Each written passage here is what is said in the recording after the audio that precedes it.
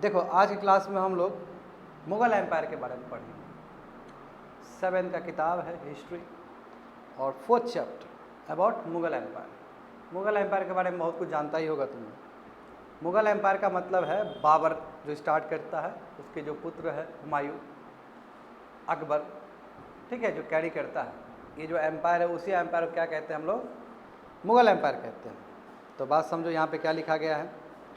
Ruling as a large territory as the Indian subcontinent with such a diversity of people and culture was an extremely difficult task for any ruler to accomplish in the Middle Ages। क्या बोला जा रहा है यहाँ पे? इतना बड़ा साम्राज्य को, अलग अलग कल्चर को एक साथ लेके चलना, ये बहुत ही डिफ़िकल्ट टास्क था उस समय मिडल एजेस में। यानी कि जब मेडावल का जो अंतिम पल था, जैसे दिल्ली सल्तनत का हो गया, उसके बाद इतना कॉम्प्लेक्सिटी है, इतना कल्चर है, you get lot of new cultures, varieties. So quite in contrast, their predecessor Mughal created an empire and accomplished what that he thought to seem possible for only short period of time। बोला है कि जो दिल्ली सल्तनत ने करके नहीं दिखाया वो मुग़ल ने करके दिखाया। मुग़ल ने एक साम्राज्य क्रिएट किया, दिल्ली सल्तनत था, बट ये किंगडम है। किंगडम मतलब बहुत बड़ा होता है, समझे ना, बहुत बड़ा बताए थे ना, जैसे अशोका का भी किंगडम था, एम्पायर था, सॉरी एम्पायर था। तो इसने क्या किया कि एक किंगडम बहुत बड़ा क्रिएट किया है, बट ये अलग बात है कि शॉर्ट पीरियड ऑफ टाइम के लिए था वो। From the latter half of the 16th century, यानी कि 16th सेंचुरी के लेटर हाफ में देखेंगे, कहने का मतलब है कि आप 1550 के बाद देखेंगे तो स्थिति कुछ और हो जाएगा। भाई तो इतना लेट आने की क्या जरूरत था? 1245 का मतलब होता है 1245, उसमें 1 सेकंड भी ऊपर नीचे नहीं होना चाहिए। ऊर्जा भरो, करो ना, इसी के लिए ना हमको मानते हो, तो यूज़ इतना टाइम। देखो आज हमको पूरा बैक करना है, फिर से 2 दिन पूरा सुस्ता गए। कल टीचर्स डे के वजह से एंड उसके पहले छुट्टी था, क्या बोलते हैं, संडे की वजह से मन नहीं लग रहा था वो बात। आज चाहते कि पूरा एनर्जी के साथ ना तोड़ के निकले आज, तब जाकर फिर एनर्जी मिलेगा आगे के लिए। देखो तो वही बात यहाँ पे बोल रहे हैं कि latter half of the 16th century, यानी कि 1550 के बाद हम देखेंगे तो एम्पायर क्या है, बढ़ाया है, ठीक है, एक्सपांड हुआ है एम्पायर। आगरा, दिल्ली, ठीक है, ये बढ़ा है। क्यों? अकबर आ जाएंगे 1550 में, अकबर आ जाएंगे, और अकबर का जो राजपूत का जो पॉलिसी होगा ना, वो बहुत अहम पॉलिसी होगा मुग़ल साम्राज्य को बढ़ाने के लिए। और जानते हो बहुत अच्छा अलायंस था, मैट्रिमोनियल अलायंस भी था दोनों के बीच में, करेक्ट। तो देखो ये बढ़ा है एंड अंटिल 7th सेंचुरी आते 7th सेंचुरी का मतलब क्या हुआ तुम्हारा, 1600 से लेकर 700, करेक्ट। 7th सेंचुरी आते ये और विशाल हो जाएगा, नियरली सब कंटिनेंट को ले लेगा। ये औरंगजेब सब और आ गया और बढ़ाएगा, वो फाइट करेगा इस चीज़ को। The imposed structure of administrations and ideas of governance that outlasted their rule. और ऐसे वहाँ पे एडमिनिस्ट्रेशन लगाएंगे, स्ट्रक्चर क्रिएट करेगा, ठीक है, गवर्नेंस पैटर्न क्रिएट करेगा जो कि लंबा टाइम तक चलेगा इसका साम्राज्य को आगे ले जाने के लिए। And living a political legacy that succeeding rulers of the sub could not ignore. और आने वाले समय में ऐसा लेगेसी छोड़ेगा कि आने वाले समय में कोई इग्नोर नहीं कर सकता है इसको, उसको स्वीकार करके ही चलना होगा। जैसे ब्रिटिश ने परमानेंट सेटलमेंट लाया था, तो मनसबदारी सिस्टम से वो प्रेरित था वो चीज़ का।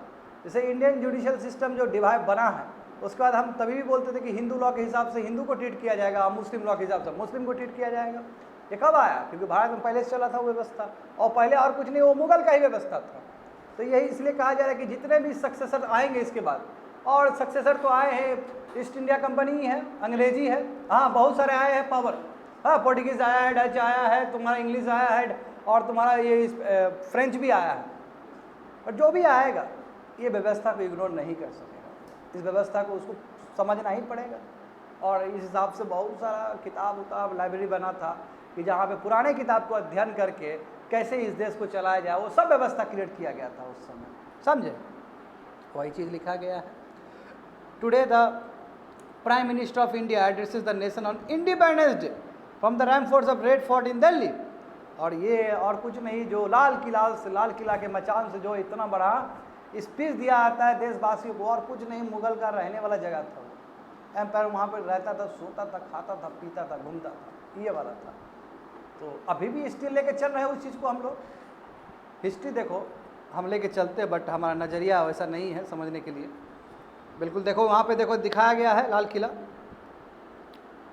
आगे देखो कौन है मुगल्स, कौन है ये मुगल्स, समझे। पहला सवाल है देखो, the Mughals way descendant of true great lineage of rulers. बोल रहा है कि मुगल्स जो है ना, दो अलग अलग वंशज का प्रोडक्ट है। एक अलग वंशज चल रहा है, एक अलग, दोनों का मिक्स है। तो किसका मिक्स है? जैसे बाबर का एग्जाम्पल करते हैं कि बाबर का जो मदर साइड है वो तुम्हारा चंगेज़ खान से रिलेटेड है, वो मंगोल। चंगेज़ खान से कितना घबराहट होता था, है ना, हम जानते हैं। इल्तुतमिश ने तो जानो वो बोल दिया कि चलो कोई बात नहीं, हम इसको शरण नहीं देंगे, तो मंगोल चला गया। और हम जानते हैं कि अलाउद्दीन खिलजी के टाइम में बहुत अटैक हुआ था, और MBT के टाइम में भी, मोहम्मद बिन तुगलक के टाइम में भी बहुत अटैक हुआ है। तो देखो इसका यदि देखोगे वंशज मदर के साइड में कौन है? चंगेज़ खान है। डरता था इससे, लोग बताए थे इसके बारे में, जब चलता था घोड़ा से खाली उसको मारना था, पकड़ के जो भी बीच में आएगा सब ख़त्म कर देगा। वो दहशत था इसको लेके। मुगल रूलर जो कि तुम्हारा चाइना और सेंट्रल एशिया को उस समय रूल करता था। और यदि मैं फादर के साइड का बात करूं तो तिमूर है।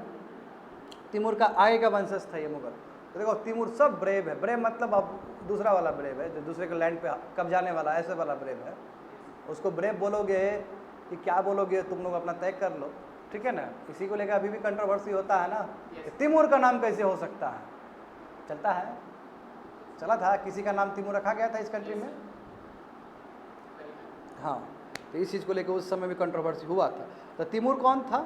वो ईरान का रूलर, इराक का और मॉडर्न डे टर्की का रूलर था। तो देख रहे हो, यानी कि इस बाबर के फादर साइड और मदर साइड दोनों में बड़े बड़े योद्धे थे, जो साम्राज्य को कैसे कैप्चर किया जाए, ऐसा वाला बुद्धि वाला लोग सब थे। देखो however Mughal did not like to be called Mongol. मगर कभी भी अपने आप को ना ये मंगोल कहलाना नहीं पसंद करवाता था, ठीक है। क्यों? क्योंकि चंगेज़ खान का जो मेमोरी था, वो चंगेज़ खान ने बहुत नरसंहार किया है लोगों को। तब उसका यदि उसके नाम से तुम यूज़ करोगे ना, तो तुमको कोई एक्सेप्ट नहीं करने वाला है कि नहीं है। आज जवाहरलाल नेहरू की बेटी इंदिरा गांधी कैसे हो गई? तो गांधी जी का टाइटल यूज़ करके अभी तक गांधी फैमिली सर्वाइव है ना। तो ऐसा होता है। तो इसलिए चूँकि चंगेज़ खान का जो मेमोरी था वो बहुत ही गंदा मासाकार से रिलेटेड था, इसलिए चंगेज़ खान ये मंगोल वाला वो टाइटल लेने का पसंद नहीं किया। और इतना ही नहीं, वो उज्बेक से भी, it was also link with Uzbek से भी लिंक था तुम्हारा बाबर, जो कि तुम्हारा खुद मंगोल का कंपेटिटर था।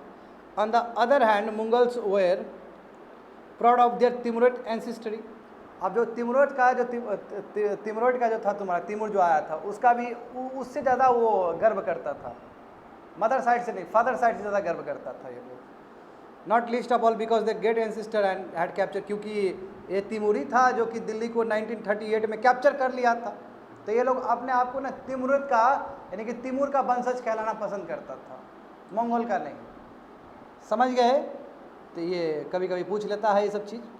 यहाँ पे दिखाया गया, देखो ये मिनिएचर दिया है। मिनिएचर पेंटिंग में छोटा छोटा पेंटिंग होगा, और उसमें जो आपका चेहरा का जो साइज है उसी हिसाब से बनाया जाएगा। जैसे तुम 7 फीट का है, 6 फीट का है, तो तुम्हारा जो फेस है उसी हिसाब से बनाया जाएगा, तुम्हारा जो आर्म्स है उसी हिसाब से बनाया जाएगा, ठीक है। देखो मिनिएचर पेंटिंग जो 1702 और 1717 में बनाया गया था, तिमूर का बनाया गया था। तिमूर तो बहुत पहले का है, बट तिमूर को ये लोग क्यों बना रहा है? क्योंकि तिमूर पे गर्व कर रहा है ये लोग, इसलिए बहुत बाद में बनाए जा रहे हैं। ये मुगल के टाइम में बनाए जा रहे हैं। और देखो तिमूर बैठा हुआ है वहाँ पे, देखो तिमूर बैठा हुआ है और उसके डिसेंडेंट और मुगल एम्पायर्स भी बैठे हुए हैं आसपास। तिमूर सेंटर में है और उसके राइट में उसके जो बेटा है मीरान शाह दिखाया गया है। First Mughal empire Babur great great great son है ये, ठीक है, यानी कि दादाजी का दादाजी। और देन अबू सैद, अब बाबर के ग्रैंडफादर भी साइड में बैठे हुए हैं। टू द लेफ्ट तिमूर का देखोगे तो सुल्तान मोहम्मद मिर्ज़ा है, जो बाबर के ग्रेट ग्रैंडफादर है, और उमर शेख जो बाबर का फादर है। तो यानी कि बाबर देख रहे हो तिमूर को रख के अपने ग्रैंडफादर के साथ कनेक्ट कर रहे हैं ना, दिखाने के लिए, क्योंकि उनको मज़ा आ रहा है ये सब चीज़ करने में। क्योंकि 1398 में जो दिल्ली को लिया है उससे वो गर्व कर रहा है। The Mughal empire Babur, Akbar and Shah Jahan are the third, fourth and fifth individuals, वो भी दिखाया गया है क्योंकि ये बना है 1702 में बना है। 1702 में बना है तो बाबर का भी उसका अकबर का भी टेन्योर खत्म हो गया और तुम्हारा औरंगजेब का भी टेन्योर खत्म होने वाला है। और उसका उसका क्या है, औरंगजेब का 1707 का है। तो देखो औरंगजेब के टाइम में ही बना है ये। औरंगजेब का कब तक है तुम्हारा, औरंगजेब का टेन्योर कब का है? हाँ 1707 का, ठीक है। तो ये देखो औरंगजेब के टाइम में ही बना हुआ, देखो ठीक है। तो देखो ये लिखा गया, देखो और भी दिया गया, हुमायूं दिखाया गया, जहांगीर और औरंगजेब सब दिखाया गया, देख रहे हो। तैमूर बैठा है और उसका आगे बैठे हैं ग्रैंडफादर के भी ग्रैंडफादर से बाबर के, और फिर बाबर भी क्रोनोलॉजी में बैठाया गया है सबको। आगे देखो, दे सेलिब्रेटेड दे जीनोलॉजी पिक्टोग्राफिकली, देखो है ना, अपने जीनोलॉजी यानी कि हमारे वंशज में कौन था, हमारा दादा कौन था, परदादा कौन था, उसको इंजॉय करता था और वो मिनिएचर पेंटिंग से दिखाता था, ठीक है। तैमूर और हिमसेल्फ दिखाया गया, देखो वहाँ पे जो वही बोला गया। मुगल का मिलिट्री कैंपेन देख लेते हैं। मुगल क्योंकि अभी जस्ट बताया ना कि बाद में क्या हुआ कि आगरा दिल्ली पूरा सब कैप्चर किया है। तो कैसे किया है, कैसे स्टार्ट किया? बाबर फर्स्ट मुगल एम्पायर है, बैटल ऑफ पानीपत हुआ था, बट इसने भी केवल बीटेक ही किया है। 1526 लेकर 40 साल तक रहा ये शासन, योद्धा था ये। इसलिए योद्धा था क्योंकि उस समय कोई ये सोच नहीं सकता है कि दिल्ली सल्तनत खत्म हो जाएगा और फिर से दूसरा मुसलमान का शासन होगा। उस समय ये जो है ना, ये अनुमान से बाहर का चीज़ था, बट इसने कर दिखाया। देखो succeeded to throne of Fergana, देखो फरगाना में कब आया? तो फरगाना मतलब वो बाहर का जगह है, इंडिया का नहीं है, बाहर का है, अफगानिस्तान को उस साइड में है। देखो फरगाना में ये 1494 में ही आ गया था, जब तुम्हारा 12 साल का लड़का था उस समय ही ये राजा बन गया, समझे। बट क्या हुआ देखो, he was force to leave his ancestor throne, but उसको बोला कि निकलो यहाँ से, भागो यहाँ से। और वहाँ पे मंगोल ग्रुप का अटैक हो रहा है, उज्बेक का अटैक हो रहा है, इसलिए बोला गया ना ऊपर कि बाबर उज्बेक से भी रिलेटेड है क्योंकि यहाँ पे अटैक हो रहा है। और देखो सेंट्रल एशिया ऐसा है कि हर समय अटैक ही होता था वहाँ पे, इसलिए भाग के, देखो कुशाना सब भाग के ऊपर ही से तो आया था। हाँ ये मौर्य के बाद का जो कुशाना सब था उसका भी स्थिति यही। देखो वहाँ पे क्या हुआ कि एंसेस्टर के थ्रोन से उसको उठा कर फेंक दिया गया, उज्बेक्स उसको अटैक कर रहा है वहाँ पे।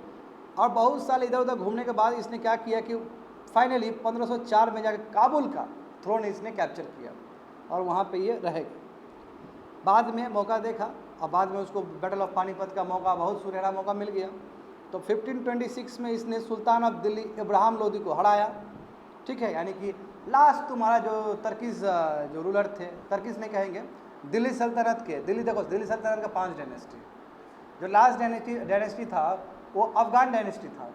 अफगान डायनेस्टी इब्राहिम लोदी को ख़त्म करके ये अपना साम्राज्य बनाते हैं पानीपत में और दिल्ली और आगरा को कैप्चर करते हैं। देखो टेबल दिखाया गया है, टेबल सब समझ लेना उसमें। और इसमें देखोगे ना तो you can notice any term, इसमें आपको लॉन्ग टर्म पैटर्न्स दिखेंगे, कैसे कैसे क्या क्या हुआ था, कहाँ पे दिखाया गया। देखो चार्ट 1 में, टेबल 1 में, बाद में, हाँ मैं बाद में बताऊँगा, अभी जाएंगे वहाँ पे। तो देखो अफगान्स वर इमीडिएट थे टू मुगल अथॉरिटी। अब बोला है कि चूँकि मुगल अफगान तो ख़त्म हुआ यहाँ पे ना दिल्ली में, बट इसके वंशज सब बंगाल में भी थे और भी बहुत सारे जगह पे थे। तो मुगल के लिए सबसे बड़ा जो फाइट होगा वो इधर से भी होने वाला है, अफगान से भी होने वाला है, ठीक है। और कोई नहीं, शेरशाह सूरी होगा, ठीक है। हाँ बंगाल में शेरशाह सूरी बैठा हुआ है, बिहार में वही, बंगाल बिहार एक ही है। तो देखो रिलेशन बताया गया यहाँ पे, सिक्स के साथ मेवाड़, ये सब आए समझेंगे इसमें। हाउ वाज द हुमायूं का रिलेशन सफ़ीद ईरान से कैसा था और कैसे अकबर से वो डिफरेंट था, हम जानेंगे। गोलकोंडा और बीजापुर, जो उस समय तुम्हारा औरंगजेब का जो पॉलिसी था उसके वजह से कैसे डेक्कन पॉलिसी उसका फेल कर गया, और कहीं ना कहीं कहता है कि डेक्कन की पॉलिसी की वजह से ही औरंगजेब का विनाश हुआ है, जानते हो, बताए हैं। मकबरा भी उसका कहाँ प्रेजेंट है, औरंगाबाद, महाराष्ट्र में ही। तो वो नीचे कीड़ा कर रहा था, जिससे तुम्हारा एमबीटी कीड़ा किया है वही तरह औरंगजेब भी कीड़ा किया है।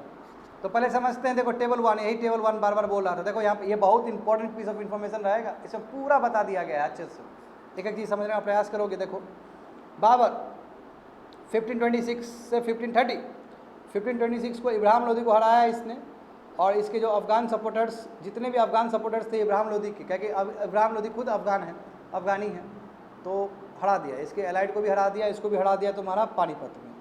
1526 में राणा संगा, वो लड़का कौशिक आया नहीं। ये देखो राणा संगा, बिल्कुल उस समय देखो राणा संगा को क्या लगता था कि हम तो राजपूत हैं, अब ये अफगान रूल ख़त्म हो गया है, बाबर अब ये सोचा कि बाबर अटैक करके बाबर चला जाएगा काबुल। समझ में आ रहा है? यहाँ पे ध्यान दो कि इसको लगा कि काबुल पे आया है अटैक करने के लिए, काबुल पूरा अटैक कर लेगा, पैसा वैसा लेगा, जो भी है तिजोरी में भरा हुआ है लेके चला जाएगा। बट ऐसा नहीं किया उसने, बोला कि नहीं कैप्चर करेंगे। तो जब कैप्चर करेंगे तो राणा संगा के साथ लड़ाई करना पड़ेगा, क्योंकि राणा संगा ऐसे करके बैठा हुआ है बाइनोकुलर लेके, ऐसे करके देखो अब कब जाएंगे हम, दिल्ली कब जाएंगे, बहुत दिन से रुके हुए। तो अब फाइट होना ही है, अब फाइट में हरा देगा बाबर, हरा देगा राणा संगा को। जब हरा देगा राणा संगा को तो अब क्या है, अब तो अकेला अनडिस्प्यूटेड एम्परर बन के रह जाएगा वो बाबर। समझ गए? देखो 1 साल बाद राणा संगा को हराया उसने, राजपूत रूलर्स एलाइड जितना भी साथ में आया था, क्योंकि राणा संगा और कुछ नहीं, राजपूत का ही बहुत बड़ा योद्धा है, सबको हरा दिया। बैटल ऑफ, इसको बोलते हैं बैटल ऑफ खनुआ, खनुआ में हार गया राजपूत। 1528 में देखो फिर राजपूत को हराया, क्योंकि राजपूत अलग अलग है ना, राजपूत जानते हो, राजपूत के बारे में कहानी तुमको पता होगा, यूनिटी कभी था ही नहीं लोग पर, अलग अलग जगह पे अलग अलग राजपूत है। तो दूसरा राजपूत चंदेरी का, वो भी हरा दिया उसको, ठीक है, चंदेरी वाला बैटल में। तो यहाँ पे इसने क्या किया, आगरा और दिल्ली पे कंट्रोल कर लिया बाबर ने मरने से पहले, यानी कि विरासत दे दिया इसको, हुमायूं को पास कर दिया अपने बेटे को। और बेटा का तो तकदीर ही खराब था, तकदीर खराब भी था अच्छा भी था, उसको बोलना बड़ा मुश्किल है, ये बताता हूँ मैं। देखो इसलिए ब्रेकेज है वहाँ पे, इसके टेन्योर में ब्रेकेज है हुमायूं का। देखो 1530 से लेकर 1540 तक इंजॉय, ठीक है, 10 साल इंजॉय किया फुल, और उसके बाद फिर 1555 में आया है, बट 1 साल रूल किया को मर गया वो। देखो क्या बोलोगे तुम, समझ में आया? बट ये कैसे हुआ था समझो, बहुत अच्छे से दिया गया होगा किताब में। Humayun divide his inheritance according to the will of the father. अब देखो इसमें क्या है, देखो मंगोल इन लोगों का क्या होता था कि फादर का विल था, विल होता है ना कि बाप हमको कुछ हो गया तो हमारे जायदाद का कौन वारिस होगा। तो बाबर का जो था तुम्हारा विल, उसके हिसाब से क्या है कि अलग अलग ब्रदर्स को दे दिया इसने। और सबसे बड़ा टेंशन का बात यही होता है, अलग अलग ब्रदर्स को दे दोगे, सबको लाया कि हम राजा हम राजा, और जब फाइट करने का बात आएगा तो कोई नहीं आएगा सपोर्ट करने के लिए, बहुत कम ही लोग पहुँचेंगे। ये भी एक कारण है कि जिसकी वजह से वो शेरशाह सूरी से हार जाता है।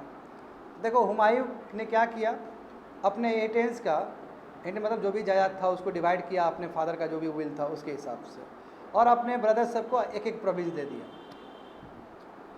अब देखो the ambition of his brother Mirza Kamran weekend Humayun cause against Afghan competitors. अब जो इच्छा और आकांक्षा है मिर्जा कामरान का, वो एक साथ आना ही नहीं जा रहा था। बोला था कि नहीं हम वही ज़मीन पे हम करेंगे, हम वहाँ किंगडम बनाएंगे।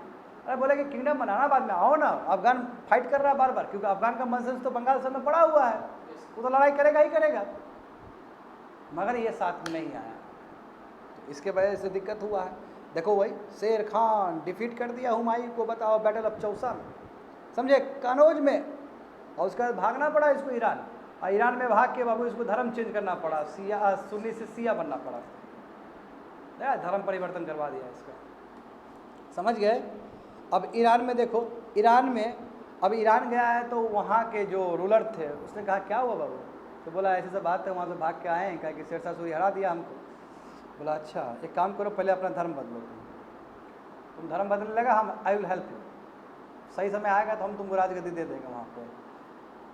तो ईरान में हुमायूं को हेल्प मिला सफ़ीद शाह से, वहाँ के जो राजा है, ठीक है। इसने फिर से रिकैप्चर किया 1555 में, बट क्या हुआ, 4 दिन की चांदनी फिर अंधेरी रात, अगला साल वो चला गया, नेक्स्ट ईयर मर गया, नेचुरल डेथ उसका। बट शेरशाह सूरी के बारे में क्या बोले, वो इतना बड़ा साम्राज्य बनाने के बाद भी उसका भी वही हुआ, 10 साल तक पूरा एडमिनिस्ट्रेशन बना लिया था उसने, पूरा मुगल ख़त्म ही कर दिया उसने, समझे। तो होता है ऐसा लाइफ में। देखो अब अकबर, अब मरा वो 1 साल, अब अकबर होगा, तो अकबर 13 ईयर्स ओल्ड, 13 साल का बच्चा था जब वो एम्पायर बनाया गया। और इसके जो पीरियड को 3 भाग में तोड़ सकते हो। पहला कह सकते हो रीजेंसी पीरियड, जहाँ पे अकबर नाम के लिए बैठा, वो बच्चा बुतरुक है, बहुत छोटा है, और उसके बिहाफ में बैरन खान वो काम कर रहे हैं, क्योंकि वो वरिष्ठ है और हुमायूं के बहुत ही अच्छे मित्र थे, और हुमायूं के अंदर वो काम किए थे, वो अनुभवी थे वो। ऐसा होता है ना, बच्चा राजगद्दी में है, संभाल कोई और रहा। एक समय आया, अकबर बड़ा हुआ, बोला कि तुम काहे संभाल रहा है, हम संभालेंगे। तो उसे पावर लेके अपना ही शुरू कर दे, क्योंकि अब बच्चा अभी ना है, वो बड़ा होगा, 21 साल 22 साल होगा, उसका भी दिमाग खुलेगा उसका। देखो तो पहला टाइम देखते हैं 1556 से लेके 1570 तक। Akbar independent, Akbar became independent of regent Bairam Khan and other members of his. देखो शुरू में क्या हुआ, देखो शुरू में बताया गया कि शुरुआत में 5-6 साल 7 साल तो बहुत दिमाग ख़राब किया बैरन खान और बाकी लोग ने, मगर उससे क्या हुआ कि बाद में जाके निजात मिल गया इसको। डोमेस्टिक स्टाफ हुए या फिर रीजेंट बैरन खान जिसको बिहार में, उससे वो छुटकारा पा लिया और इंडिपेंडेंट रूलर की भूमिका में ये आएंगे अब। एंड मिलिट्री कैंपेन लॉन्च किया गया, देखो सूरीज और अदर अफगान के अगेंस्ट। वही क्योंकि अफगान अभी भी सरदर्द होगा, क्योंकि बंसर सब अभी भी बैठा हुआ उसका, ठीक है। तो मालवा और गोंडवाना को वहाँ पे जाके वो क्या करेगा, लड़ाई करेगा उससे। और रिवोल्ट ऑफ इस हाफ ब्रदर, बताओ इसका हाफ ब्रदर जो मिर्जा हकीम था, ठीक है, वो भी इससे लड़ाई कर रहा है अकबर से। इसके बारे में एकदम सैड स्टोरी है मिर्जा हकीम के बारे में। तो उसको भी सप्रेस किया, और उज्बेक्स को भी, उज्बेक जो ऊपर से आ रहा था हीरो बन के कि हम भी करेंगे, वो ऊपर भी, क्योंकि ये नोबिलिटी का प्रॉब्लम था, नोबल्स लोग का, इसको अकबर को हटाना चाह रहा था सब। अकबर तेज था, उधर भी उज्बेक्स का भी प्रॉब्लम ख़त्म कर दिया, अपने जो हाफ ब्रदर, अपना ब्रदर नहीं है कज़न ब्रदर है, उसको भी ख़त्म कर दिया, और अफगान का जो प्रॉब्लम है वो भी ख़त्म कर दिया इसने। तो इन 1568 सिसोदिया कैपिटल ऑफ चित्तौड़, उसको भी कैप्चर कर लिया इसने। और देखो 1569 में रणथंबोर, उसको भी कैप्चर कर लिया। जाओ तो देख रहे हो ना, अकबर का जो 1556 से लेकर 1570 शुरू का जो समय है 5-6 साल, उसमें तो चलने नहीं दिया इसको, बाद में इसने अपने हाथ में रख के इतना बड़ा काम किया है। अब देखते हैं 1570 के बाद, 1570 से लेके 1585 तक, ये 15 साल में क्या काम किया इसने। तो मिलिट्री कैंपेन चलवाया है गुजरात में, उसके बाद फिर ईस्ट इधर बंगाल में आया, बिहार में आया, उड़ीसा में आया, सबको कैप्चर करेगा, समझ रहे हो। आस्ते आस्ते ये एम्पायर बनाएगा, बड़ा एम्पायर बनाएगा ये। रणथंबोर राजपूत खत्म कर दिया इसने। ऊपर वाला देख रहे हो, चित्तौड़ मतलब राजपूत, रणथंबोर मतलब राजपूत, खत्म। नीचे देखो, इधर बंगाल की तरफ आ रहा है, बिहार की तरफ, झारखंड की तरफ, उड़ीसा की तरफ आ रहा है, यहाँ पे भी कैप्चर। अब इसका देखो इसका लास्ट फेज देखो, 1585 से लेके 1605 अकबर का एम्पायर और बढ़ना। कैंपेन लॉन्च किया गया नॉर्थ वेस्ट में, खंडार में, अफगानिस्तान में, समझे। खंडार को कैप्चर कर लिया गया, सफ़ीद वहाँ पे जो थे। कश्मीर को भी एनेक्स कर लिया गया, कश्मीर को भी रख लिया गया, काबुल को भी रख लिया गया। जब वहाँ पे मिर्जा हाकिम मरे तो उसका सब अपने अंदर कर लिया इसने। डेक्कन में भी ले गया, डेक्कन में भी स्टार्ट किया इसने, जैसे बेरार हो गया, खंदेश हो गया और अहमदनगर हो गया, उसको भी एनेक्स कर लिया इसने। और लास्ट ईयर्स में अकबर का जब अंतिम समय था, तो इसके जो प्रिय पुत्र हैं, ठीक है, प्रिंस सलीम, जो कि बाद में जाके जहांगीर बनता, वो रिवोल्ट कर दिया इसके अगेंस्ट। ऐसा ही होता था कि अपना ही बेटा कर दिया। क्यों? कि अकबर का बहुत सारा बेटा होगा, सब बोले हमको सम्राट चाहिए, हमको सम्राट चाहिए। तो प्रिंस सलीम ने क्या किया, प्रिंस, राजा का बेटा को प्रिंस कहा जाता है ना जी, किंग का बेटा प्रिंस। प्रिंस ने क्या किया, प्रिंस सलीम ने रिवोल्ट कर दिया, और वही बाद में जाके जहांगीर बनता है। तो देखते हैं जहांगीर का टेरियर। देखो जहांगीर ने क्या किया, तो मिलिट्री कैंपेन इसने भी चलाया, जो अकबर का जो था वो कंटिन्यू किया है इसने। सिसोदिया रूलर मेवाड़ का अमर सिंह, उसने स्वीकार कर लिया कि ठीक है हम मुगल सर्विस करेंगे। तो सिसोदिया रूलर जो था, यही राजपूत वाला ही रूलर सब है, उसने जहांगीर के टाइम में स्वीकार कर लिया, ठीक है हम मुगल सर्विस देंगे आपको, ठीक है। लेस सक्सेसफुल कैंपेन, मगर सिख के अगेंस्ट, अहम के अगेंस्ट या फिर अहमदनगर के अगेंस्ट उतना पावरफुल कैंपेन नहीं चला पाया ये जहांगीर, समझ गए ना। प्रिंस खुर्रम जो शाहजहाँ बनेगा, वो भी रेबल किया है, ऐसे ही चाहता है। देखो इसका बेटा रेबल किया है, जैसा करनी वैसा भरने वाला होता है ना, यही हुआ है देखो।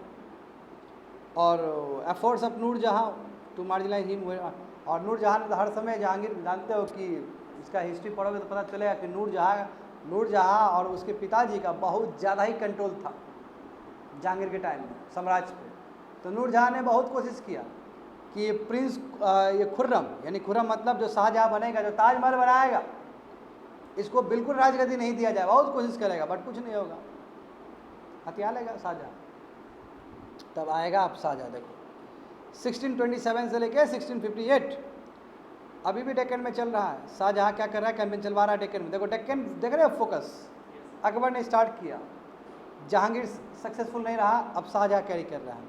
जो उस समय के अफगान नोबल थे खान जहां लोदी, वो रेबेल्ड किया उस समय शाहजहाँ के टाइम में, और उसको हरा दिया शाहजहाँ ने।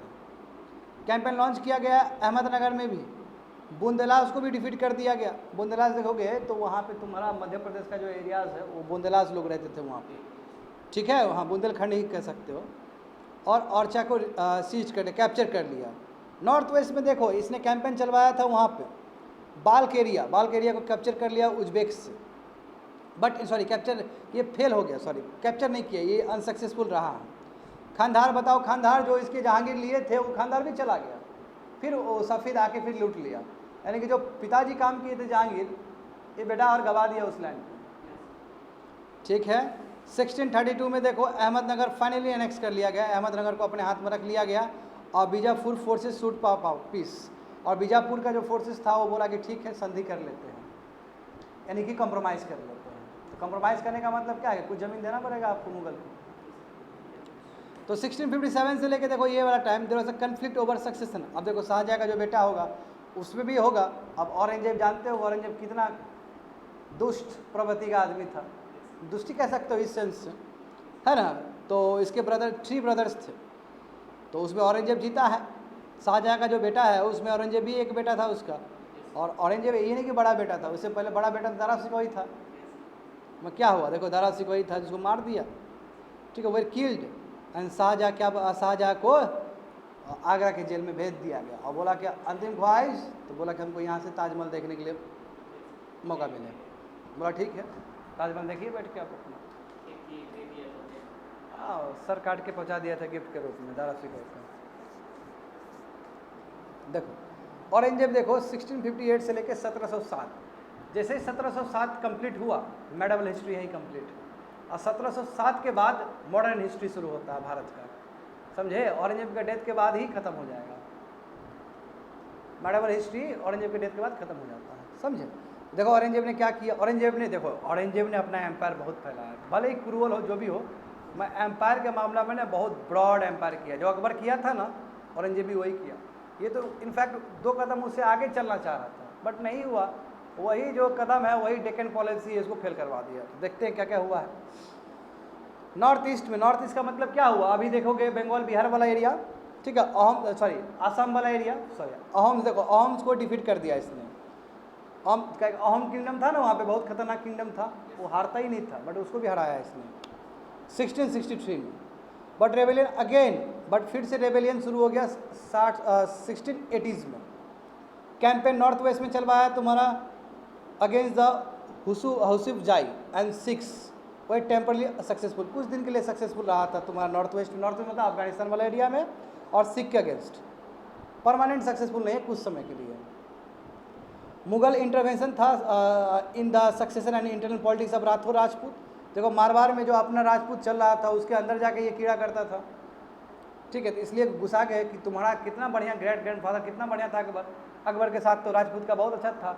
औरंगजेब ने पूरा पलट दिया था, कहा राजपूत का आएगा कुछ, हम हैं, ठीक है, इस एटीट्यूड से आगे बढ़ रहा था, ठीक है। कैंपेन देखो मराठा चीफमैन शिवाजी का अगेंस्ट चला दिया था, शुरू में सक्सेसफुल रहा बट जानते हो, बट औरंगजेब शुरू में campaign against the Maratha chieftain Shivaji were initially शुरू में सक्सेसफुल रहा था, तो शिवाजी का हालत ख़राब कर दिया था मराठा का, बट औरंगजेब इंसल्टेड शिवाजी को इंसल्ट किया था और वो आगरा से भाग गए। बाद में इंडिपेंडेंट किंग घोषित कर लिए और मुगल के अगेंस्ट काम किए, मुगल को पानी पिलाया इन्होंने। Prince Akbar rebelled, Prince Akbar मतलब औरंगजेब का जो बेटा होगा वो भी वही करेगा जो ये किया था, वो रिबेल्ड करेगा और इसको सपोर्ट मिल गया मराठास का। मराठा यही चाहता ही है कि इसके घर का ही वंशज ऐसा जन्मे जिसको करे, तो हम पूरा सपोर्ट करें क्योंकि औरंगजेब को किसी तरह ख़त्म करना है। देखो तो इसके बेटे को, यानी कि औरंगजेब का जो बेटा था उसका नाम अकबर था, कंफ्यूज नहीं हो रहा है, उसका बेटा का नाम भी अकबर था, ठीक है। अकबर को सपोर्ट मिल गया किसका, मराठास का, और डेक्कन सल्तनत जो बीजापुर का चल रहा था वहाँ से नीचे से मिल गया, ठीक है। और फाइनली तुम्हारा ही फाइनली फ्लेड टू सफ़ेद ईरान, बट औरंगजेब है, औरंगजेब को हराना तो इतना मुश्किल नहीं है ना, बाद में भाग के चला गया उधर, सफ़ेद ईरान उस तरफ भाग गया। After Akbar rebellion Aurangzeb send आर्मीज against the Deccan, जब अकबर ने रेबेलियन किया तो औरंगजेब ने भेजा कि अच्छा ये डेक्कन का है जो हमारे बेटा को पूरी तरीके से माइंड वॉश कर रहा है। चलो देखते हैं डेक्कन सल्तनत, क्योंकि डेक्कन ने बीजापुर पूरा कब्जा कर रखा था, बेच दिया वहाँ पे। बीजापुर को गुस्से से अनेक्स कर लिया गया 1685 में, गोलकोंडा को भी अनेक्स कर लिया गया 1687 में, और 1698 के बाद पर्सनली वो डेक्कन चला गया औरंगजेब, कि अब हम डेक्कन को पूरा कंट्रोल करके रखेंगे। और देखो इसको अनुभव था, जब औरंगजेब के जो पिताजी जो शाहजहाँ ऊपर में रूल कर रहा था, तो औरंगजेब नीचे ही काम कर रहा था गवर्नर के रूप में, जिसको अनुभव था। और ये अपना अनुभव को और ज़्यादा साझा कर रहा है, तो सोच रहा है कि डायरेक्ट कंट्रोल करे। एमबीटी ने भी गलती किया था ना, मोहम्मद बिन तुगलक ने भी यही गलती किया, ये भी यही कर रहा है। देखो कि 1698 के बाद क्या हुआ, औरंगजेब पर्सनली मैनेज कर रहा है कैंपेन को डेक्कन वहाँ पे जाके। और जानता है मराठा का मतलब है क्या, गोरिल्ला वारफेयर, ताकि सैनिक बहुत कम था, आओ मारो पीटो भाग जाओ। तो औरंगजेब देखो बहुत रेबेलियन, अब औरंगजेब को रेबेलियन होना शुरू हो गया। वो सिख देखो जाट और सतनामीज नॉर्थ ईस्ट में अहम भी करना शुरू कर दिया, एक ही बार में उसको बहुत सारा रिवोल्ट लड़ना पड़ेगा। तो उसके डेथ के बाद, औरंगजेब के डेथ के बाद क्या हुआ, सब बेटे लोग निकम्मे बेटे लोग जन्मे हैं, ठीक है। सक्सेशन हुआ तुम्हारे दोनों सन के बीच में, और उसके बाद कोई इंपॉर्टेंट रूलर ही नहीं रहा इसका, इसलिए नहीं दिया गया कि औरंगजेब का डेथ का मतलब है कि मुगल का आप साम्राज्य खत्म होगा। और जानते हो कई बार बता चुका हूँ कि कैसे कैसे लोग आए थे। तो मिलिट्री कैंपेन देखो, मिलिट्री कैंपेन में कितना कुछ लिया है। देखो बीजापुर, गोलकोंडा, अहमदनगर, बेरहार, मालवा, गुजरात, देख रहे हो सब दिया गया है। चित्तौड़, रणथंबोर, ठीक है। अकबर और औरंगजेब के टाइम में कौन सा लैंड लिया गया सब दिखा है। कश्मीर देखो अकबर के टाइम में, दिख रहा है ना सभी चीज़, ये सभी है, पढ़ लेना है इस चीज़ को। देखो पटना 1574, बंगाल 1574। तो मुगल ट्रेडिशन ऑफ सक्सेसन, तो मुगल का सक्सेसन कैसे होता था, यानी कि मुगल का कोई मर गया राजा तो उसका राजगद्दी कैसे शिफ्ट होता था तुम्हारा नेक्स्ट जनरेशन को। तो देखो Mughals did not believe in the rule of प्रिमोगेनिचर। प्रिमोगेनिचर का मतलब क्या है कि जहाँ पे एल्डेस्ट सन ही अपने फादर का लेंगे संपत्ति, ये फॉलो नहीं करता था। जो जीता वही सिकंदर, फाइट करो, जो जीते हुए बैठो लेके। नहीं तो कई होते हैं ना कि राजा का बेटा, जैसे हम देखते हैं गुप्ता पीरियड सब में, गुप्ता में भी देखा हम लोगों ने मौर्य में भी देखा कि जो पहला वाला जो पुत्र रहेगा वो यदि उपलब्ध नहीं है तो सेकंड में जाएगा। तो ये वाला नियम फॉलो नहीं करता था ये मुगल्स लोग। Instead they follow the Mughal and Timurid custom of coparcenary inheritance और डिवीजन, और ये फॉलो नहीं करते। बट ये लोग क्या फॉलो करते थे कि जितना भी होगा एम्पायर, तिमुरिद का जो तरीका है उसमें सबको डिवाइड कर दो। यही कारण है ना कि हुमायूं को प्रॉब्लम हुआ है, इसी रीजन से। अब अगर सबको डिवाइड करोगे और एक कोई सन बहुत ही एम्बिशियस बोला काहे हमारा भाई को मिलेगा, भाई को मार देंगे, बात ही खत्म हो जाएगा। तो यही लिए इतना फाइट होता था उस समय। तो देखो इसीलिए बोला जा रहा है कि रेबेलियन हुआ है, ठीक है। देखो तो Mughal relation with other rulers, दूसरे रूलर के साथ कैसे रिलेशन था इसका, देखो यहाँ पे थोड़ा देख लो। मुगल मैरिजेस विथ राजपूत, इससे भी तुमको समझ में आ जाएगा क्या स्थिति था वहाँ पे। The mother of Jahangir, Jahangir की जो मदर थे, जहांगीर का मदर का मतलब क्या है, अकबर की wife, was a Kachhwa princess, यानी कि कछवा प्रिंस थी और कुछ नहीं, राजपूत रूलर की डॉटर थी वो, जो अभी अम्बेर की Rajput ruler. Mother of Shah Jahan की जो मदर है वो भी राठौर प्रिंसेस की थी। तो इससे हमको क्लियर इंडिकेशन मिल रहा है कि जो भी राजा अपने आप को मुगल का वंशज बता रहा है उसकी मदर तो इंडियंस रही है, राजपूत रही है। देखो सिसोदिया राजपूत, वही जो बताया था, Sisodia Rajput refuse to accept Mughal suzerainty. देखो सिसोदिया राजपूत तो जो मेवाड़ का जो था वो तो लंबा टाइम तक नहीं माना है मुगल अथॉरिटी को। Once defeated however they are honourably treated by, हाँ बट जब हरा दिया गया सिसोदिया राजपूत को, जब हरा दिया गया, बट उसके साथ ट्रीटमेंट अच्छा किया राजपूत, क्योंकि वो राजपूत को ट्रीटमेंट अच्छा करना पड़ेगा। नहीं करोगे तो क्या भरोसा फिर से उठ के आ जाए वो तुमको लड़ने के लिए। अच्छा ट्रीट किया गया और उसको वतन दिया गया, अपना लैंड दे दिया गया बैक कि ठीक है अब आप वतन जागीर है, अब हमारे भी आप में आप अपने ही लैंड में काम करेंगे। ये भी देना बड़ी बात है, ये भी नहीं दिया जाता था उस समय। तो कहने का मतलब क्या कि मुगल ने ना, जैसे अकबर ने ये सब काम किया वतन जागीर का। द केयरफुल बैलेंस, देखो जो between defeating and not humiliating their opponents enable the Mughals to extend their influence over many kings and chieftains. बोला कि ये जो बैलेंस किया कि जीत भी जाना और वहाँ के राजा को कष्ट भी नहीं पहुँचाना, उसको ह्यूमिलेट भी नहीं करना, कहीं ना कहीं ये जो तरीका था मुगल का, यही कारण है कि उसने अपने किंगडम का विस्तार किया, फैलाया। नहीं तो अदरवाइज यदि ह्यूमिलेट कर देता तो कभी ना कभी फिर उठेगा वो और फिर तुमको डिफीट कर देगा। बट औरंगजेब ने ऐसा नहीं किया। औरंगजेब बोला कि नहीं, सब मेरा ही है। तो अकबर ने इसलिए कहा था कि अकबर द ग्रेट, यही रीज़न है कि क्योंकि राजपूत के साथ ना उसका बहुत अच्छे से साठगांठ था। समझ गए ना? तो यही चीज़ है। But it was difficult to keep the balance, but difficult है इस चीज़ को बैलेंस रखना। वही औरंगजेब के बारे में बताया जाएगा कि देखो औरंगजेब ने तो पूरा इंसल्ट कर दिया शिवाजी को, तो इसका जानते हो असर पड़ा है, उसी के ऊपर असर पड़ा है। अब बात करेंगे मनसबदार और जगीरदार का। ये एडमिनिस्ट्रेशन के लिए है, जिसे अभी IAS देखते हो, है ना, कि लैंड का दे दोगे उसका जिम्मा कि लैंड कलेक्ट करो, लैंड का टैक्स कलेक्ट करो। तो यही मनसबदार और जगीरदार था। ठीक है, देखो चूँकि एम्पायर तुम्हारा एक्सपांड हो रहा है, बढ़ रहा है, तो डिफरेंट रीजन्स आ जाएंगे, अलग अलग जगह आ जाएगा, अलग अलग टाइप के पीपल आ जाएंगे। तो from a small nucleus of Turkish nobles Turanis they expanded to include. अब बताओ, शुरू में क्या था? टर्किश में था तो केवल बाहर का ही टर्किश वाला लोग ही रहेगा। बट अब साम्राज्य बड़ा हो रहा है, भारत का अन्य जगह भी उसके अंदर आ रहा है, इसलिए अब जो भी नोबल्स होंगे, जो भी इंपॉर्टेंट कैबिनेट का रैंक दिया जाएगा, उसमें बहुत तरह के लोग आएंगे। ईरानियंस भी होंगे, इंडियन मुस्लिम्स भी होंगे, अफगान्स भी होंगे, राजपूत भी होंगे, मराठा भी होंगे, और भी ग्रुप होगा। जैसे अभी भी होता है ना, तो ब्राह्मीज भी है, कोई डिप्रेस क्लास का भी है, ताकि सबका एस्पिरेशन पूरा हो, इसलिए किया जा रहा है। और उस समय जो मुगल सर्विस को ज्वाइन करेंगे उसको मनसबदार के रूप में कहा जाएगा। तो और शिवाजी भी मनसबदार के रूप में काम किए हैं। ठीक है, अलग बात है कि बाद में उनको लगा कि मेरा इंसल्ट कर दिया। बताओ, टर्म मनसबदार का मतलब इंडिविजुअल जिसको मनसब दिया गया है, एक रैंक दिया गया, एक पोजीशन दिया गया कि आपका ये पोजीशन है। ठीक है, और ये ग्रेडिंग देखो, it was a grading system use by the Mughal, यानी कि ये ग्रेडिंग सिस्टम था। जैसे अभी तुम लोग को फर्स्ट आएगा तो 60 प्लस आ जाता है तो फर्स्ट हो जाता है ना, एक तरह से मनसबदारी वाला जो सिस्टम है वो ग्रेडिंग सिस्टम है। इसमें क्या होता है, एक रैंक बताया जाता है, एक सैलरी और एक मिलिट्री रिस्पॉन्सिबिलिटी। जिसका कम होगा, जिसका मनसब कम होगा तो उसका रैंक भी कम होगा, उसका सैलरी भी कम होगा और उसका मिलिट्री रिस्पॉन्सिबिलिटी कम होगा। और यदि मान लो कि जिसका 5000 हो, जिसका 2000 हो रैंक पोजीशन, तो उसका पोजीशन भी बढ़ गया, उसका रिस्पॉन्सिबिलिटी भी बढ़ गया, उसका सैलरी भी बढ़ जाएगा। उस तरह तो रैंक्स देखो, ranks and salary were determined by numerical value, इसको जाट कहा जाता है। तो जाट का मतलब ही होता है न्यूमेरिकल वैल्यू। और रैंक कैसे, यानी कि वही कौन सा मनसबदार, मनसब 1000 है तो ठीक है रखो रखो रखो। अच्छा मनसब 5000 है, अरे वो तो इंपॉर्टेंट, रखो रखो। अच्छा मनसब 5 है, इसको साइड में रखो। तो जाट जो है ना न्यूमेरिकल वैल्यू है, यानी कि समझ रहे हो, न्यूमेरिकल वैल्यू है। जब 5 बोलेंगे तो 5 जाट, 10 बोलेंगे 10 जाट, यहाँ पे ध्यान दो, 50 बोलेंगे तो 50 जाट। हायर द जाट वही बोल रहा है तो प्रेस्टिजियस उतना नोबल पोजीशन हो जाएगा कोर्ट में, और उसका सैलरी बहुत ज़्यादा हो जाएगा।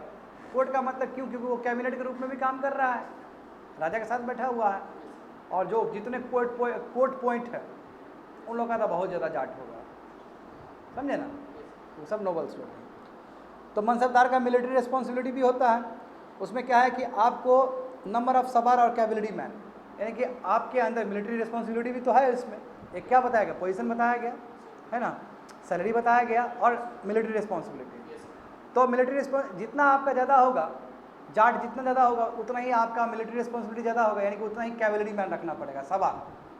कैवलरी मैन मतलब क्या है, जो हॉर्स पे चल के ना, हॉर्स पे दौड़ा के तुम्हारा जो भी मारपीट करे, लड़ाई करे।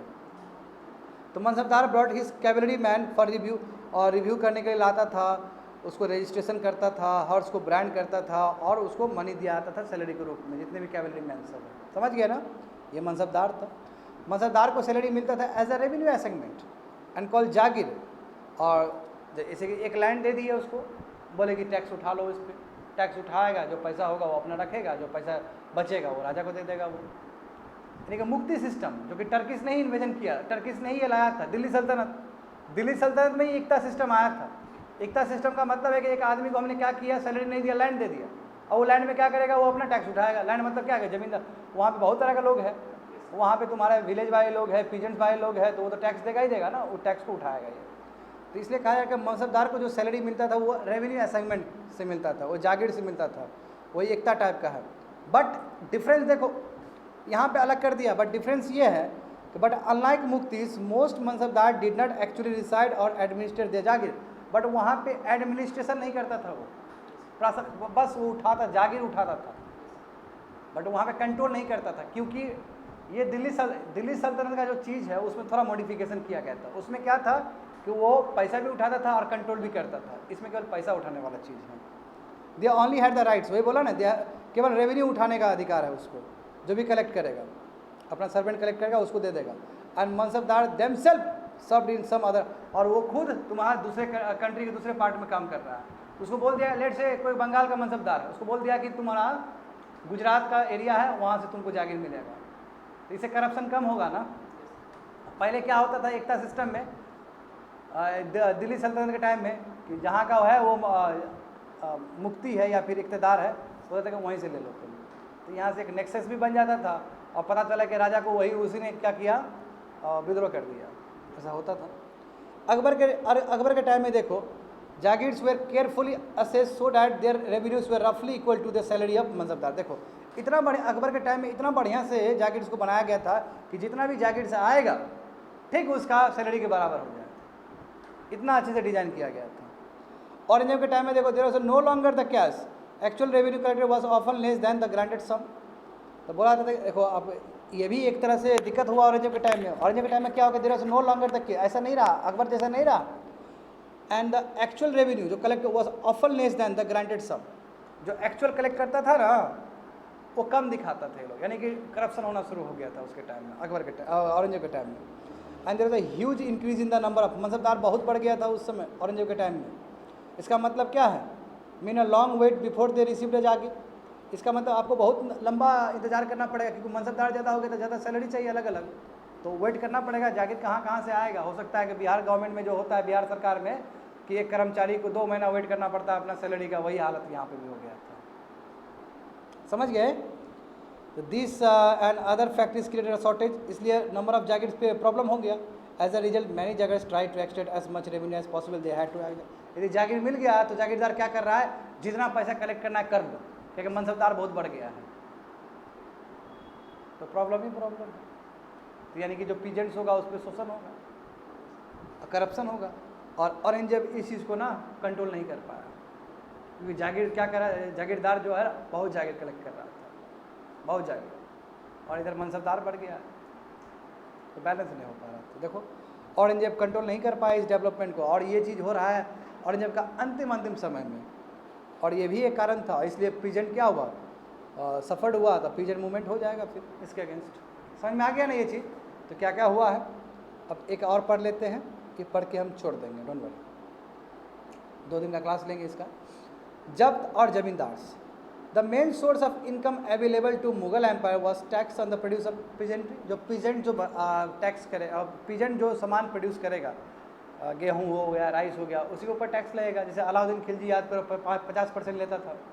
तो वही बोल रहा है कि जो मेन सोर्स ऑफ इनकम जो था मुगल रूलर्स का, वो क्या था कि पीजेंट जो भी देगा प्रोड्यूस, उसके ऊपर टैक्स लगेगा। और देखो कैश भी हो सकता है या फिर काइंड भी हो सकता है। काइंड मतलब क्या है कि धान मान लो कि 100 यूनिट प्रोड्यूस किए तो 50 यूनिट दे दिए, हाफ हो गया। इन मोस्ट प्लेसेस देखो the peasants paid taxes through rural elites, that is a headman. और देखो मोस्ट ऑफ द टाइम क्या होता है, पीजेंट देता था रूरल एलाइट्स को, यानी कि जो मेन तुम्हारा हेडमैन है उसको देता था, डायरेक्ट नहीं देगा, हेडमैन को देगा, और हेडमैन पास ऑन करेगा उसको, मुगल को।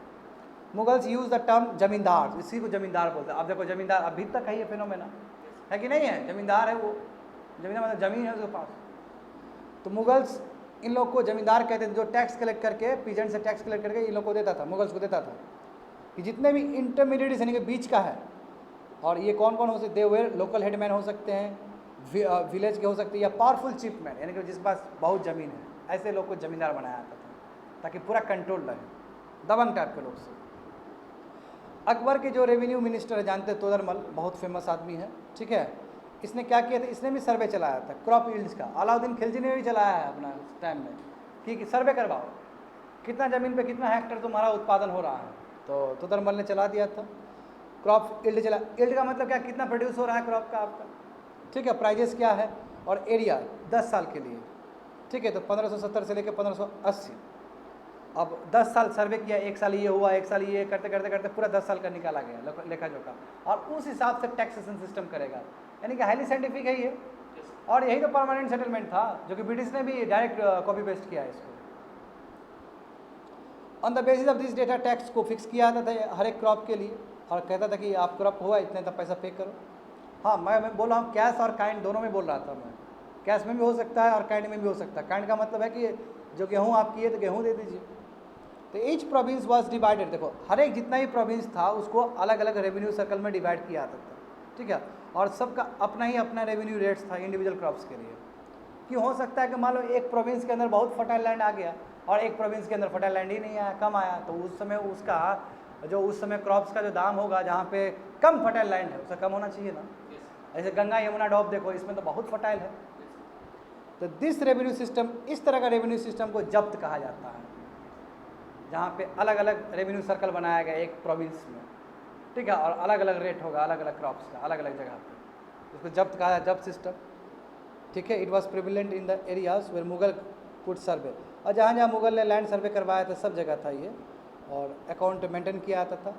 बट गुजरात और बंगाल के प्रोविंस में ये अवेलेबल नहीं था, नहीं करेगा वहाँ। तो इन सम एरिया जमींदार exercise a great deal of power, कई बार तो जमींदार ही अपने आप को एकदम पावरफुल तरीके से हैंडल करता था। देखो the exploitation by Mughal administrator could drive them to, अब देखो इस तरह का एक्सप्लोटेशन करोगे तो रेबिलियन तो होना ही है, पीजेंटी आ जाएगा तुमको लड़ने के लिए, लोग सब आएंगे विद्रोह करने के लिए कि इतना टैक्स काहे उठा रहा है तुम, बताओ वहाँ पे सूखा पड़ गया, तुम बोलोगे टैक्स दो टैक्स दो, देखो लगान मूवी में दिखाया गया ना, बोला कि 2 गुना लगान देना पड़ेगा। भाई 1 गुना देने के लिए पैसा नहीं है, 2 देना पड़ेगा। तो आमिर खान लड़ाई किए कि नहीं किए उस पर, बैट और बॉल से, क्रिकेट से हुआ कि नहीं हुआ। तो sometime zamindar and peasant of the same caste allied in rebelling against the Mughal authority, कई बार तो ये भी होता था कि सेम जात का है, मान लो सेम कास्ट का है, तो जमींदार और पीजेंट साथ ही मिल गया और मुगल अथॉरिटी को ही चैलेंज कर दिया कि ठीक है, क्योंकि ये लोग सोचता था कि हम जमींदार हैं, हमको पूरा राइट्स मिल जाएगा, तो काहे का मुगल, हम खुद खाएंगे बैठ के। और देखो इतना ही नहीं, ये भी बात समझना कि हर केस ऐसा नहीं है कि जमींदार शोषण ही करता था, कई केस ऐसा भी है कि जहाँ जमींदार पीजेंट्स के लिए अच्छा भी काम करता था, बट ये चीज़ पता नहीं चलता था। ऊपर थोड़ी लोन देगा, सब एमबीटी थोड़ी बन गया, सब फिरोज शाह तुगलक थोड़ी बन गया कि तकावी लोन दिया जा रहा है, ये लोग पता नहीं चलता था। वहाँ कई जमींदार अच्छे भी होते थे। द पीजन, देखो peasant revolt challenge the stability, और पीजन रिवोल्ट होगा तो मुगल का जो एम्पायर का है उसका स्टेबिलिटी के लिए ना एक बहुत बड़ा चैलेंज बन जाएगा। तो ये देख लो, हाँ ये थोड़ा सा बता के ना है, अभी बोर नहीं हो रहे हो ना तुम लोग, बोर हो रहे हो क्या। देखो यार, अकबरनामा और ऐने अकबरी, अकबरनामा यानी कि अकबर के बारे में लिखा गया है। Akbar order one of his close friend and courtiers Abul Fazl को बोला कि लिखो हमारे रेन में जो जो हमने काम किया हमारे बारे में लिखो, ठीक है। तो अबुल फजल ने लिखा एक बहुत 3 वॉल्यूम हिस्ट्री है, यानी कि 3 अलग अलग किताब है, इसी का नाम है अकबरनामा, समझ गए, अबुल फजल का लिखा हुआ है। फर्स्ट वॉल्यूम में क्या, फर्स्ट किताब में क्या है कि अकबर के जो एंसिस्टर रहे हैं, इससे पहले हुमायूं अकबर बाबर, ये सब चीज़ के बारे में लिखा गया था। सेकंड में अकबर के रेन के बारे में, देखो बैटल ऑफ खनवा वगैरह ये सब वही लिखा गया है। और थर्ड वॉल्यूम में क्या तुम्हारा आईने अकबरी, जिसमें अकबर का एडमिनिस्ट्रेशन है ना, अकबर का household, army, revenue, geography, empire, ये सब लिखा गया है थर्ड वॉल्यूम में।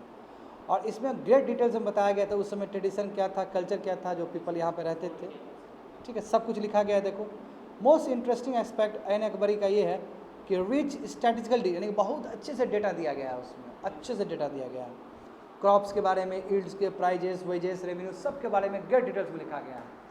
ये अबुल फजल का क्रिएशन था उस समय, ठीक है। और देखो इसलिए खुश होके ना अकबर, देखो Akbar receiving the Akbarnama from Abul Fazl, देखो दे रहा है ना किताब वहाँ पे अकबर को, अकबर सिंहासन में बैठा हुआ है कि सर हो गया काम, समझ गए।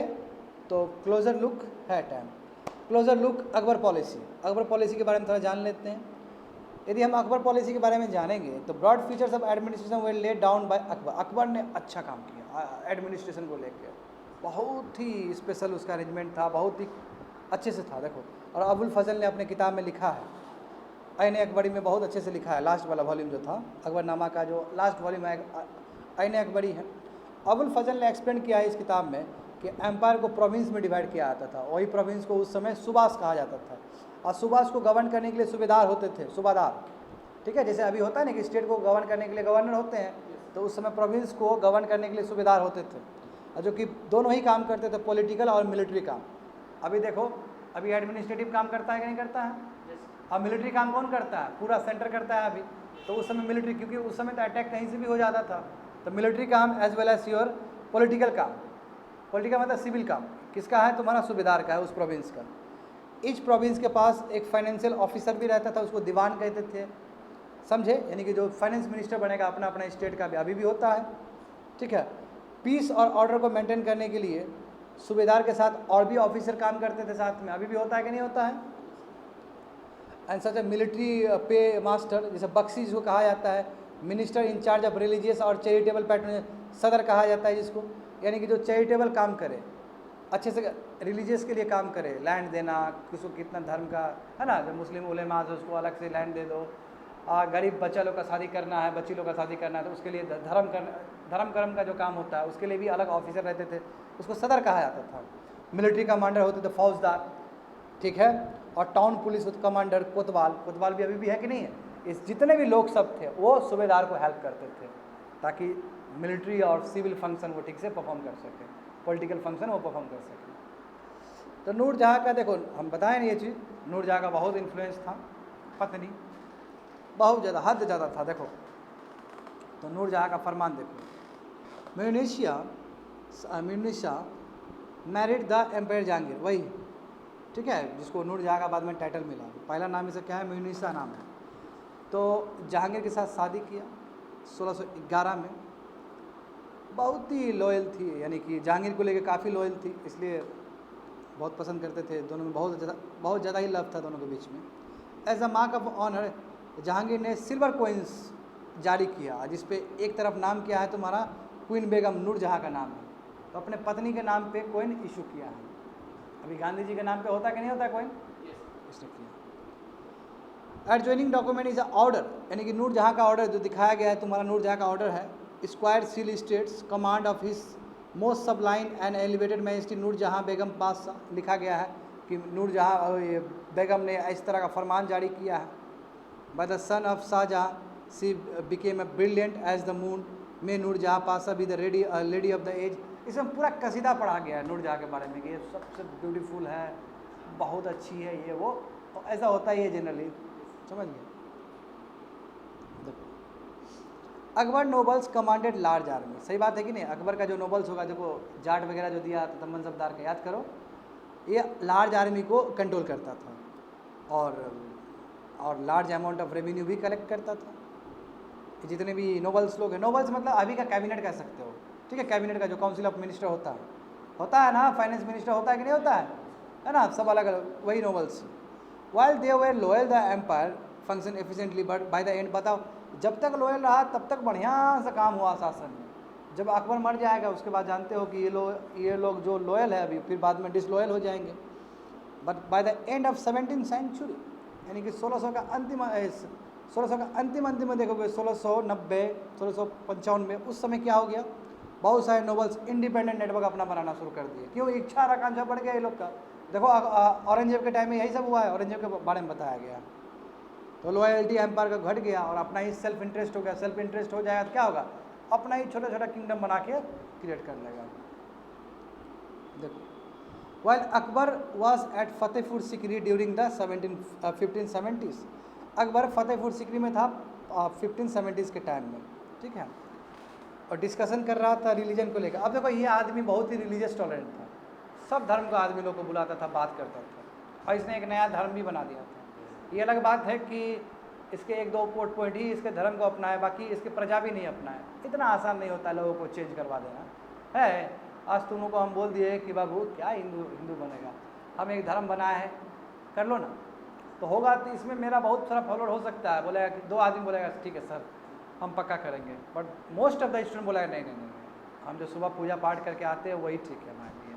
Same for year also, Akbar प्रजा के लिए बहुत अच्छे हैं, बट धर्म का बात आएगा तो लोग नहीं मानने वाला है।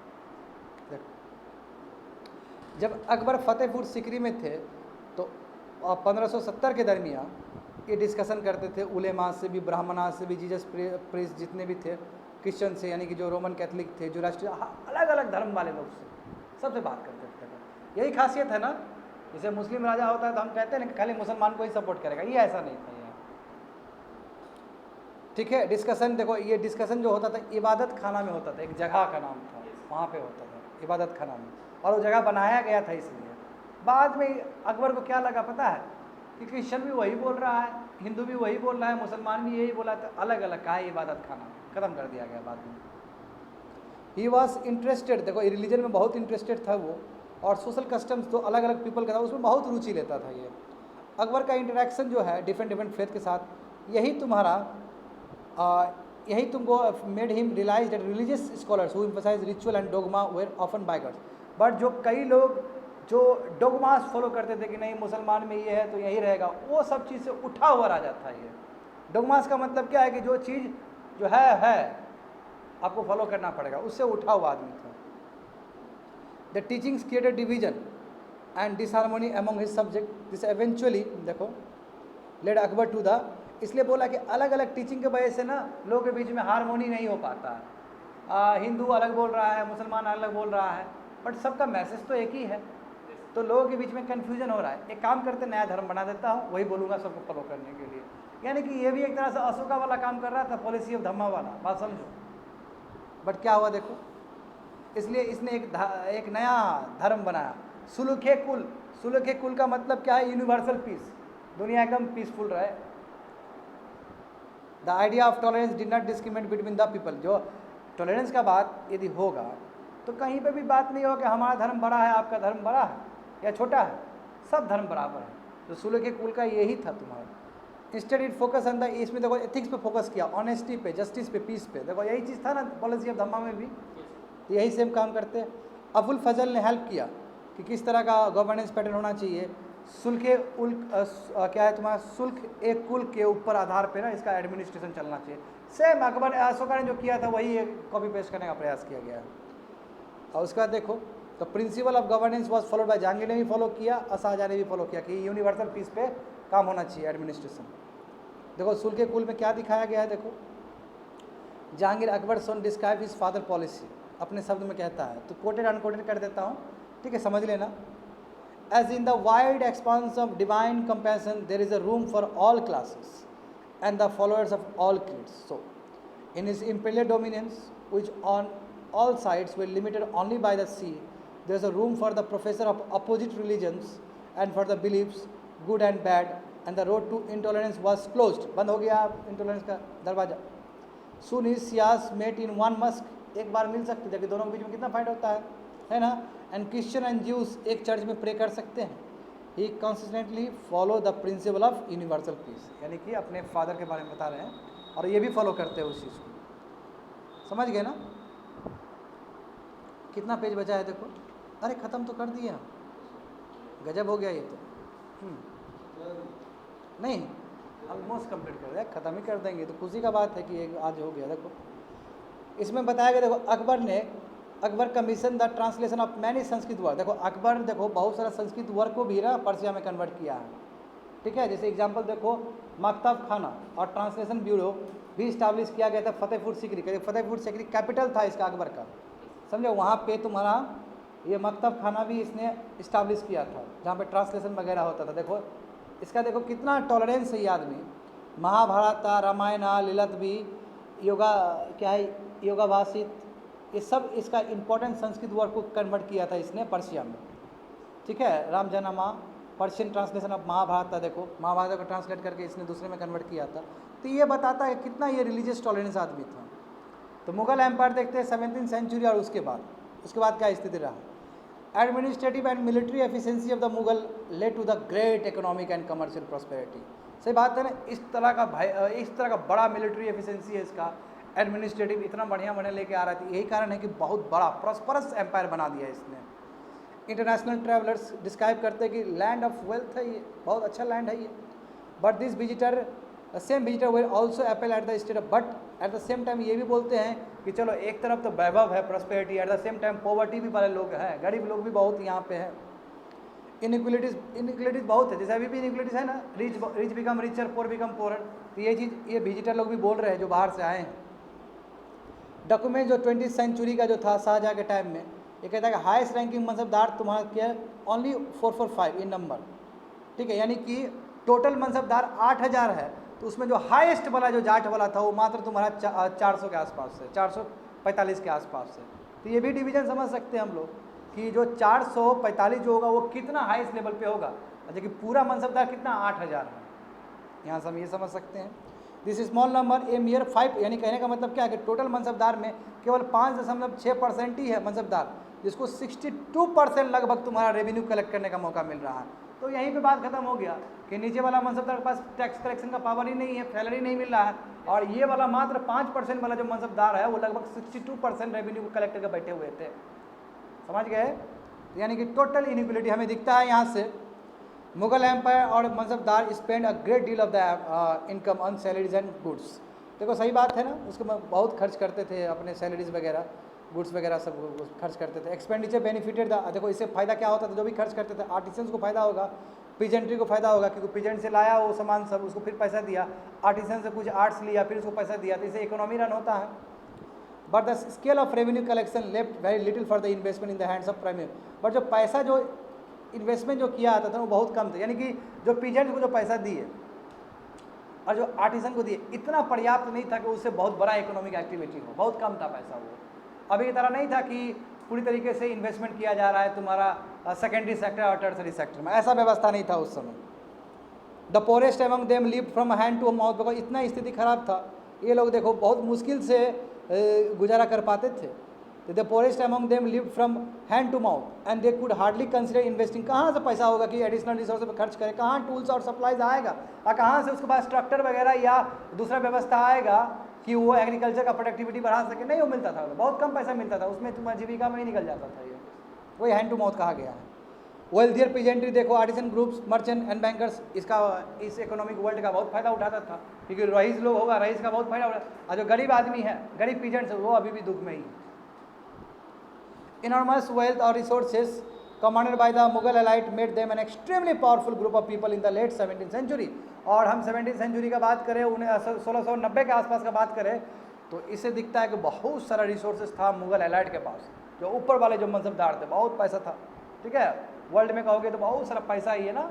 जब आया ना अकबर के टाइम में, जो बाहर से आया था यूरोपियन, देख के ही कि इतना पैसा है ये लोग के पास, तभी तो दौड़ते हुए आया है बाहर से। As the authority of Mughal empire slowly decline हो गया, उसके बाद आस्ते आस्ते गया है ना औरंगजेब के बाद, तो ही सर्वेंट इमर्ज। देखो उसके सर्वेंटी तुम्हारा पावरफुल सेंटर के साथ आया है, वही जो लैंडलॉर्ड्स थे, मनसबदार थे, वो इंडिपेंडेंट घोषित किया अपने आप को। क्यों? औरंगजेब मर गया ऊपर का, जब ऊपर का राजा मर जाएगा तो नीचे का जानते हो क्या होगा, ये सब चीज़ हुआ है। नया डायनेस्टी बनाना शुरू कर दे, एग्जाम्पल देखो हैदराबाद अवध देखो, ऑल्सो कंटिन्यू टू रिकॉग्नाइज। हाँ ये अलग बात है कि सुजनिटी एक्सेप्ट करेगा कि हाँ हम मुगल के ही वंशज है, मुगल को हम स्वीकार करते हैं, बट रियल टर्म में ये अपना ही इंजॉय कर रहा था। ठीक है, 18th सेंचुरी तक देखो बहुत प्रोविंसेस देखो इंडिपेंडेंट पॉलिटिकल एंटिटीज बन चुके थे, जिसके बारे में पढ़ोगे आने वाले समय में।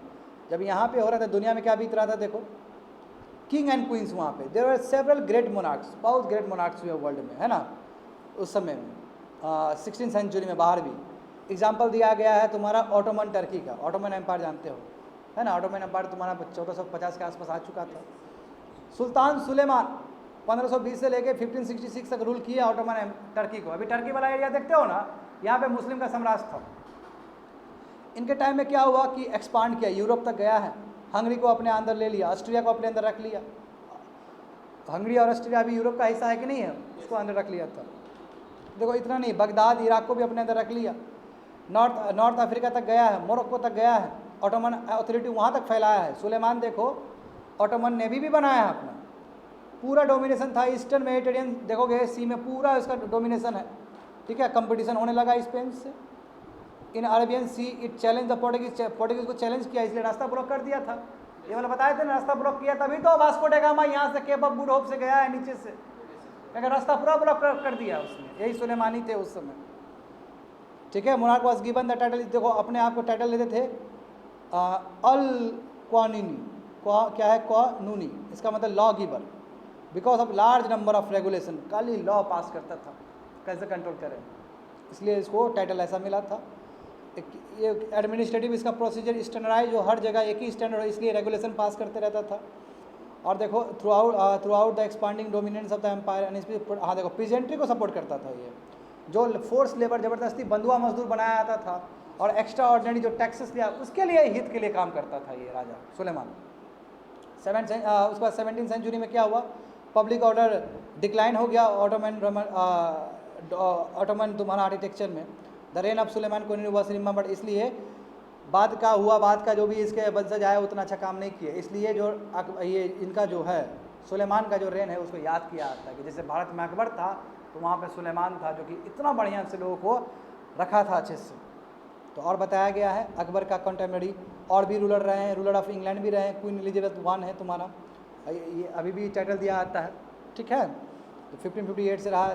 सफ़ेद रूलर ईरान के रहे हैं, शाह अब्बास रहे हैं उस समय, और भी कंट्रोवर्शियल रशियन रूलर रहे हैं, जार रहे हैं उस समय, ठीक है। तो ये सब चीज़ तुम्हारा बाकी दुनिया में चल रहा है। That's it for today's class.